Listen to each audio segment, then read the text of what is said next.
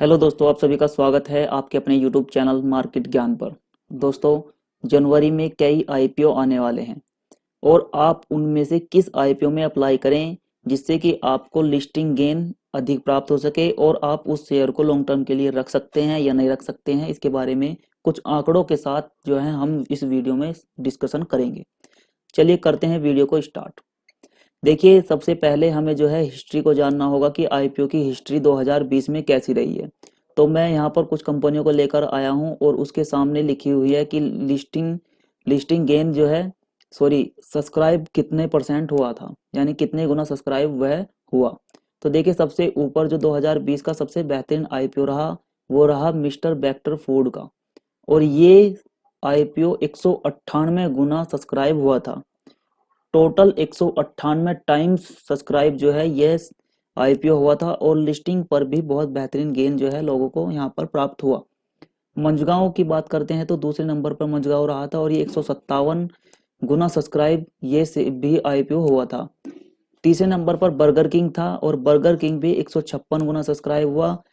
फिर जो है हैप्पीएस्ट माइंड देख सकते हैं आप, 150 गुना सब्सक्राइब। कैमकॉन 149 गुना सब्सक्राइब। राजौरी बायोटेक जो है 79 time subscribe.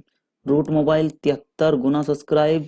Computer age management जो है 46 गुना सब्सक्राइब। इस प्रकार से आप देख सकते हैं कि बहुत बेहतरीन रेस्पॉन्स जो है इस 2020 में जो है पब्लिक ने नए आईपीओ को दिया है। और देखें यहाँ पर एसबीआई कार्ड बहुत बेहतरीन कंपनी है, वो भी जो है 26 टाइम सब्सक्राइब हुई थी।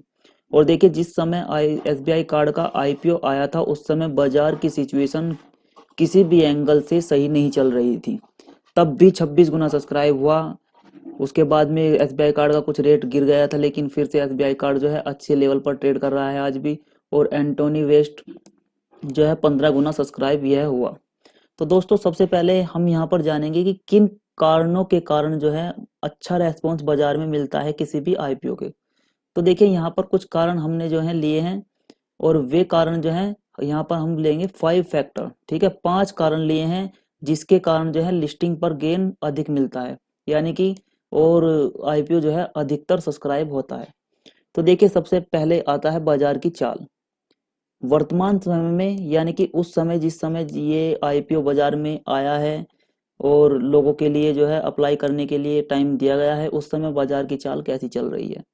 यदि बाजार जो है ऊपर की तरफ जा रहा है तो इस शेयर जो है ये आईपीओ जो होगा उसमें जो है आपको प्रॉफिट होने के चांस होंगे। और यदि बाजार जो है नीचे की तरफ आ रहा है, यानी कि बाजार गिर रहा है, तो देखिए यहाँ पर जो है आईपीओ जो है फेल हो सकता है। तो इसी कारण से लेकर जो है यहाँ पर यदि हम इसकी इंडिको की बात करें तो बाजार की चाल बहुत अच्छी है, फिलहाल में कोई दिक्कत यहाँ पर नहीं दिखाई दे रही है। दूसरा होता है आईपीओ का प्राइस बैंड। देखिए, कोई भी कंपनी किस प्राइस पर जो है अपनी कंपनी को सब्सक्राइब करवाना चाहती है, यानी कि किस प्राइस पर वह शेयर बेच रही है, वो भी इम्पोर्टेंट तथ्य होता है। क्योंकि आप देख सकते हैं कि कोई यदि आलू का भाव 40 रुपए किलो चल रहा है और आपको 80 रुपए किलो में कोई दे, तो आप क्या उससे ले लेंगे? नहीं लेंगे। क्यों नहीं लेंगे? क्योंकि उस समय वो बहुत ज़्यादा महंगा हो चुका है। और इसी तथ्य को देखते हुए ये बाजार के समीकरण होते हैं जो प्राइस तय करते हैं, तो प्राइस बैंड भी ध्यान में रखना होता है। तीसरा जो सबसे महत्वपूर्ण है वो है कंपनी का फंडामेंटल, यानी कि उसका प्रॉफिट कितना है, पिछले कई सालों में उसने कितना प्रॉफिट अर्जित किया है, क्या कंपनी पर कोई डेब्ट तो नहीं है, लोन तो नहीं है, या फिर कंपनी का जो कह सकते हैं लगातार ऋण बढ़ोतरी तो नहीं हो रही है। इस तरीके के फंडामेंटल चेक करने होते हैं। और चौथा कारण जो है वो है कंपनी का बिजनेस मॉडल, यानी कि कंपनी किस क्षेत्र में काम करती है और किस बिजनेस मॉडल पर वह काम करती है, उससे जो कह सकते हैं कि आगे के लिए उसमें उस मॉडल से वह विस्तार कर सकती है या नहीं कर सकती है। देखिए, तो चौथा है कंपनी का क्षेत्र।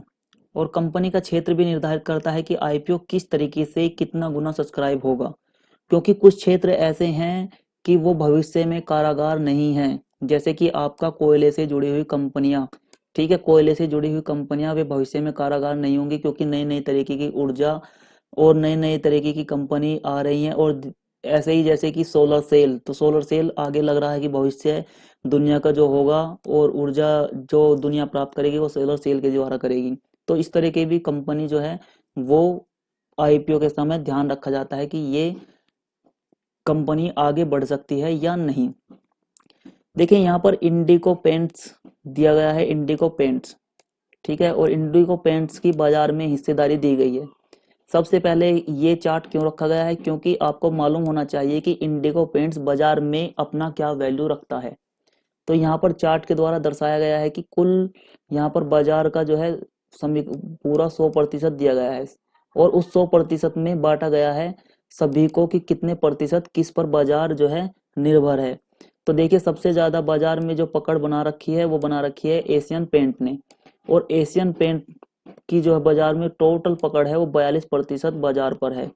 ठीक है, दूसरा नंबर जो आता है वो आता है आपका बर्जर पेंट का, और बर्जर पेंट की यदि हम बात करते हैं तो देखिए यहाँ पर 12% पकड़ है बर्जर पेंट की।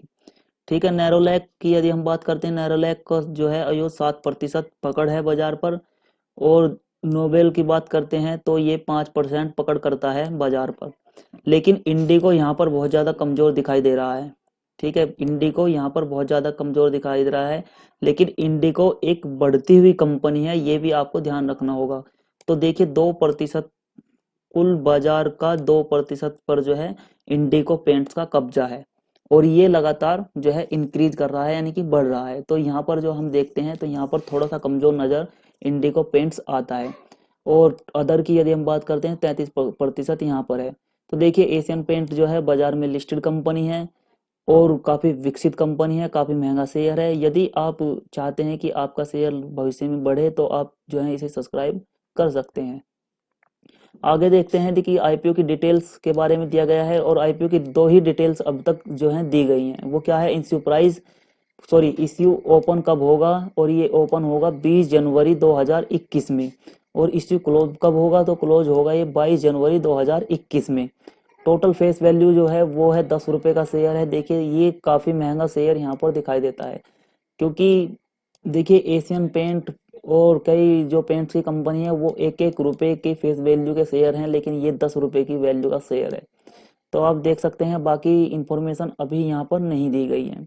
देखिए फाइनेंशियल कंपनी का देख लेते हैं, यहाँ पर फाइनेंशियल ये बहुत जरूरी होता है। तो रेवेन्यू की बात करें तो देखिए रेवेन्यू और प्रॉफिट, यहाँ पर हम नेट प्रॉफिट की बात करते हैं तो प्रॉफिट 2018 में जो है 12 करोड़ रुपए कमाया गया, 2019 में जो है 26 करोड़, और 2020 में 47 करोड़, जबकि 2020 सितंबर में 27 करोड़ यहाँ पर कंपनी ने अर्जित किया है। तो आप जो है इनके बारे में यहाँ पर से डिटेल प्राप्त कर सकते हैं। तो दोस्तों उम्मीद करते हैं कि वीडियो आपको बहुत अधिक पसंद आया होगा। वीडियो पसंद आया तो वीडियो को लाइक और